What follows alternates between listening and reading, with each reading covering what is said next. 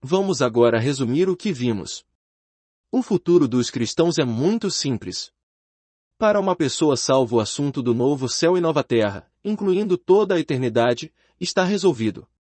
No entanto, a era do reino é duvidosa. Ninguém ousa dizer algo sobre o que ocorrerá. O que temos de resolver hoje é o problema do reino. No reino há muitas posições de cristãos. Muitos reinarão com Cristo por ter trabalhado fielmente e por ter sofrido perseguição, vergonha e sofrimento. Alguns podem não ter sofrido perseguição, vergonha e sofrimento, contudo eles também não têm pecados. Eles viveram uma vida limpa. Apesar de não terem feito nada que mereça um mérito especial, eles pelo menos deram um copo de água para um pequenino por causa do nome do Senhor, Mateus 10:42. Eles também receberão uma recompensa, entretanto, sua recompensa será bem pequena. Na era do reino, alguns cristãos receberão recompensa no reino. Alguns receberão uma grande recompensa, outros receberão uma recompensa pequena. Os que não receberão recompensa também estão divididos em algumas categorias. Um grupo não entrará no reino de modo algum. A Bíblia não nos diz para onde eles irão, diz apenas que serão mantidos fora do reino, nas trevas exteriores, Mateus 8:12, 22:13, 25:30, Lucas 13:28. Eles serão deixados fora da glória de Deus. Haverá também muitos que, além de não terem trabalhado bem, têm pecados específicos que ainda não foram tratados. Eles são salvos, mas ao morrer, ainda têm pecados com os quais não trataram e dos quais não se arrependeram. Eles ainda têm o problema do pecado. Esses tais serão temporariamente submetidos ao fogo, e sairão somente depois de terem pago todo o seu débito. Eu não sei, na verdade, de quanto tempo esse período será, mas durará no máximo até o final do reino. Há ainda muitas coisas das quais não estamos esclarecidos acerca do futuro, mas a Bíblia mostrou-nos o suficiente. Embora haja detalhes que ainda não vimos, nós de fato sabemos o que os filhos de Deus enfrentarão.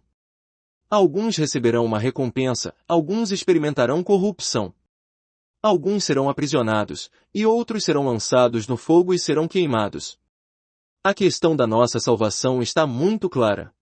Quando um homem crê no Senhor Jesus, tanto a salvação como a vida eterna estão determinadas para ele. Mas, da salvação até sua morte, as obras de uma pessoa, isto é, seus fracassos ou suas vitórias, determinarão seu destino no reino. Nosso Deus é um Deus justo. Por um lado, nossa salvação é livre, e os que creem terão vida eterna. Ninguém pode contrariar esse fato. Por outro lado, não podemos pecar à vontade, simplesmente porque recebemos a vida eterna. Se produzirmos cardos e abrolhos, seremos queimados. Se o Senhor Jesus não pode desligar-nos de nossos pecados e se não resolvermos todas as coisas em nossa vida, Deus não terá escolha a não ser castigar-nos no futuro. Ele não terá escolha, se não purificar-nos com punições específicas, de maneira que possamos estar juntos com Ele no novo céu e nova terra. Deus é um Deus justo. O que Ele preparou também é justo. Desde que tenhamos visto estas coisas, devemos aprender a lição e acatar as advertências de Deus. A atitude adequada ao ler a Bíblia.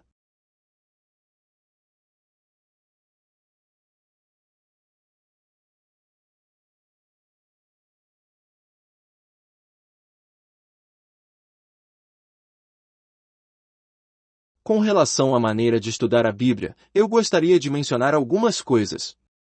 Primeiro, há um grupo de pessoas que acredita apenas na graça.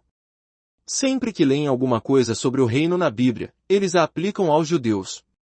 Se ouvir seus sermões e ler seus livros, perceberá que, invariavelmente, eles empurram para os judeus tudo o que se refere ao reino.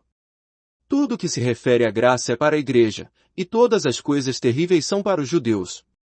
Para eles, todas as coisas penosas e difíceis e as exigências são para os judeus, não para nós. Isso é tolice. A palavra de Deus é para seus filhos, quer sejam judeus quer sejam gentios.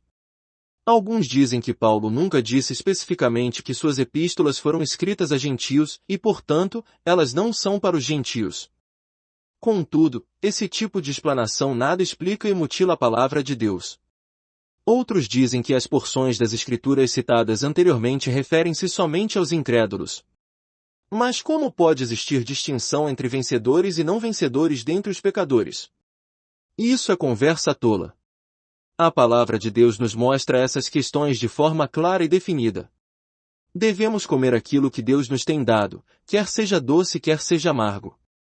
Quando as pessoas ouvem sobre graça, elas ficam alegres; quando ouvem sobre o reino, ficam tristes. A palavra, porém, é equilibrada.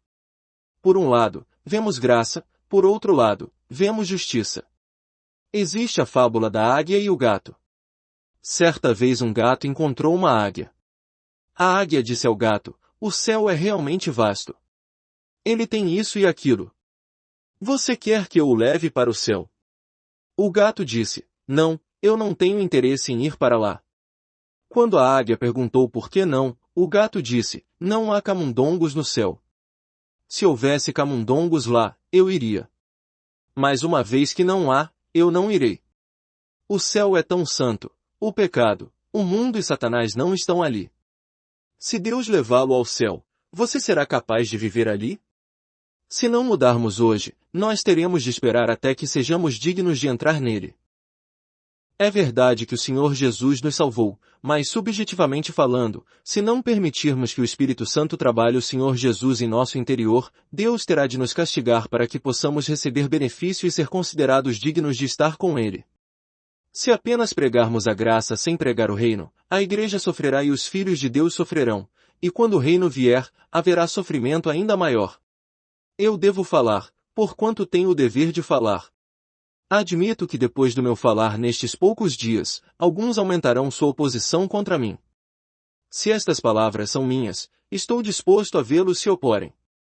Eu mesmo me oporia a elas. Contudo, se estas coisas são a palavra de Deus e se Deus as tem dito, que posso eu fazer? Como desejaria não ter de falar sobre essas coisas? Como desejaria poder pregar algo que todos gostassem de ouvir? Eu não sou Mateus, não sou Marcos, não sou Paulo. Não escrevi o livro de Hebreus, e não escrevi Apocalipse. Se eu fosse o escritor, poderia mudar as coisas.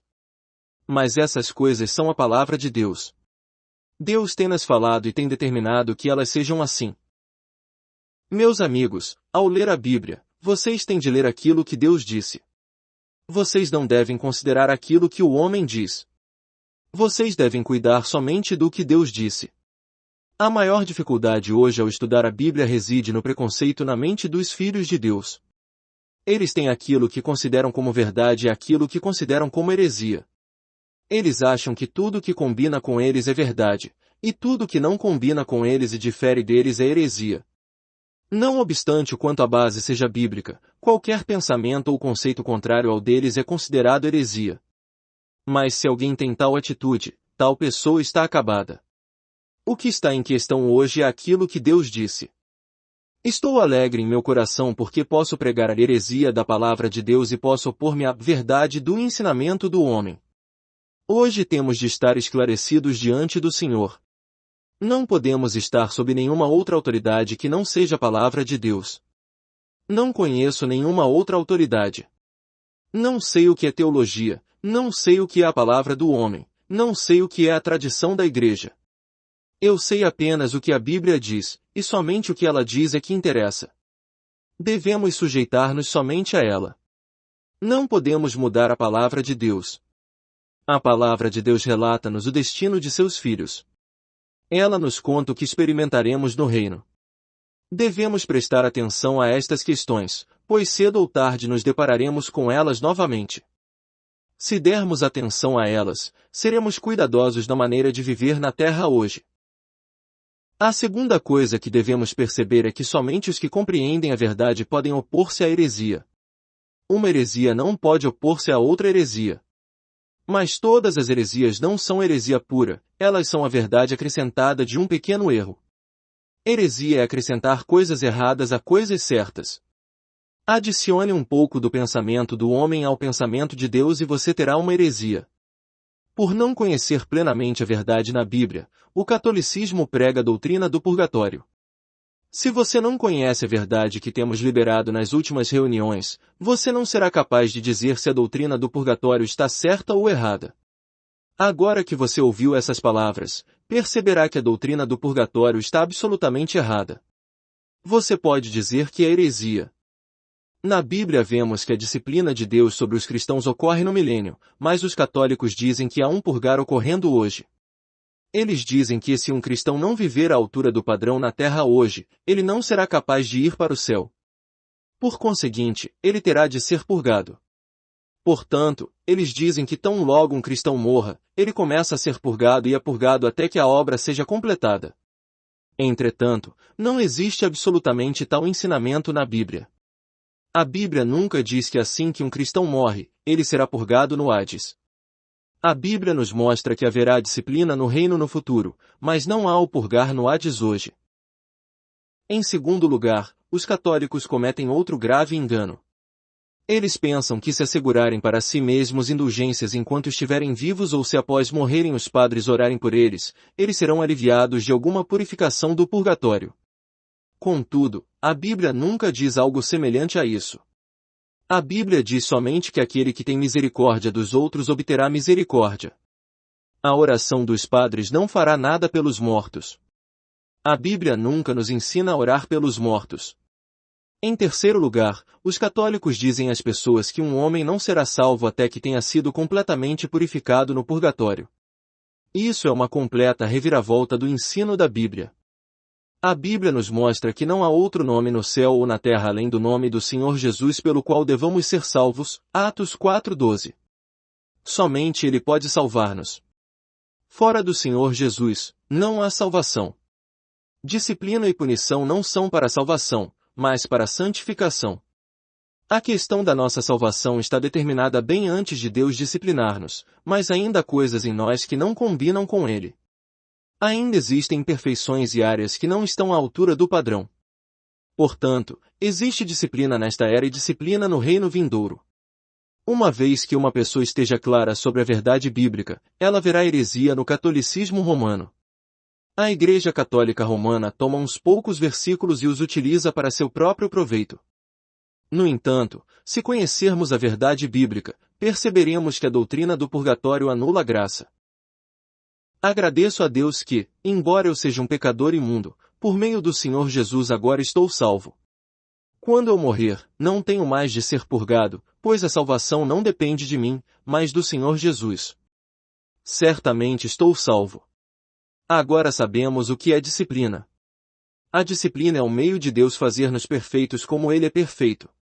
Ele nos castiga a fim de sermos como Ele, até mesmo para sermos o que Ele é. Isso nada tem a ver com nossa salvação. É um assunto dentro de sua família. Finalmente, somente depois de conhecermos isso seremos capazes de lidar com a heresia no protestantismo. Hoje, entre os protestantes, estão sendo difundidos dois tipos de erros. Primeiro, um grupo de teólogos protestantes propõe que desde que um homem é salvo, salvo para sempre, e pode fazer qualquer coisa em sua conduta. Uma vez que um cristão é salvo eternamente, eles dizem, ele pode ser mau até morrer e ainda estará no reino. Ele, entretanto, ocuparia uma posição bem inferior no reino. Sua maior perda consiste em ocupar uma posição mais baixa no reino. Esse tipo de ensinamento fará com que o homem seja desleixado e irresponsável. Então, que é graça para eles? Para eles a graça é uma desculpa para desleixo e licenciosidade. Há outro grupo de protestantes que diz que depois que uma pessoa crê, ainda existe a possibilidade de ela não vir a ser salva. Talvez ela esteja salva e não salva 3 ou 4 vezes ao dia. Se esse fosse o caso, o livro da vida seria sem dúvida muito confuso. Um irmão certa vez disse que se não estamos eternamente salvos assim que cremos, então o livro da vida seria extremamente volumoso. O meu nome sozinho poderia ser apagado e inserido muitas e muitas vezes. Se um homem é condenado tão logo peque e se vai para o inferno tão logo transgrida, devemos questionar se a salvação é pela graça ou pelas obras. Ambos os grupos são extremistas demais, muito embora ambos tenham sua base bíblica. A Bíblia claramente nos mostra que quando um homem é salvo, ele está eternamente salvo.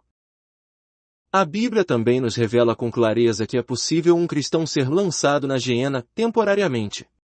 Mas o problema é que alguns irmãos, por um lado, insistem que a salvação é eterna e não há tal coisa de disciplina no reino, enquanto outros irmãos, por outro lado, insistem que se podemos ser lançados na geena, então a vida eterna é incerta e, portanto, podemos ir para a perdição eterna.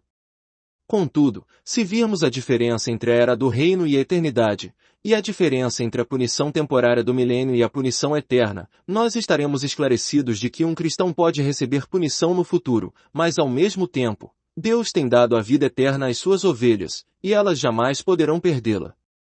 Esse conhecimento dá-nos a ousadia de dizer que uma vez que fomos salvos, estamos eternamente salvos. Depois que uma pessoa é salva pela graça, ela jamais perecerá novamente. Dessa forma, nós não somente resolvemos adequadamente o problema do purgatório do catolicismo, como também fizemos uma clara distinção entre salvação eterna e disciplina. Que o Senhor nos conceda graça e nos mostre que a questão da salvação eterna está resolvida devido à obra de Jesus de Nazaré, mas a situação de alguém no reino é determinada pela própria pessoa. Extraído dos livros O Evangelho de Deus e o Dano da Segunda Morte. Inscreva-se no canal Desfrutar é bem melhor.